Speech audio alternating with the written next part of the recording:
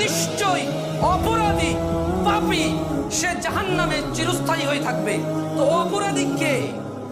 যে জুয়া খেলে সে অপরাধী। কে? যে যুবক বিবাহ বহির্ভূত সম্পর্কে জড়িত আছে সে অপরাধী। অপরাধীকে যে নেশায় মত্ত আছে সে অপরাধী। অপরাধীকে তার যৌবন অবহেলায়, উদাসীনতায়, দিনদ্রোহিতায়, দিনহীনতায় যে জীবন যাপন করে গাধা গরু ছাগল কুকুরের মতো, সে হচ্ছে অপরাধী।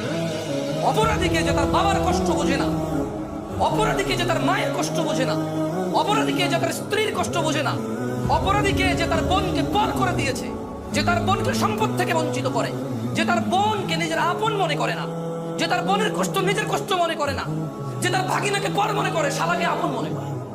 শালাও আপন, ভাগিনাও আপন, দুইজনই আপন, কেউ কারো প্রতিদ্বন্দ্বী নয়, একটা আত্মীয়, একটা পরমাত্মীয়।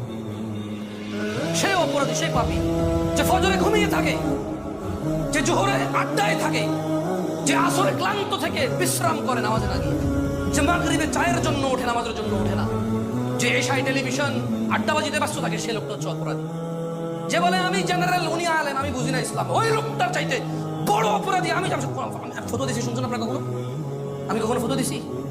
ফটো মানে কি? মন্তব্য করা, অনেক কিছুকে হারাম হারাম বলা, জায়েজ বলা, না জায়েজ বলা। মানে আমি বলছি তুই কাজটা ঠিক করছ না, এটা হারাম। তাহলে চায়ের দোকানে মুফতি পাওয়া যায় কিনা? ফতোয়া কে দেয়? মুফতি। ফতোয়া কে দেয়? চায়ের দোকানে, বাস স্ট্যান্ডে, ঘরের নিচে বন্ধু বন্ধু মিলা ইসলাম নিয়ে ফতোয়া দেওয়ার লোক আছে না নাই?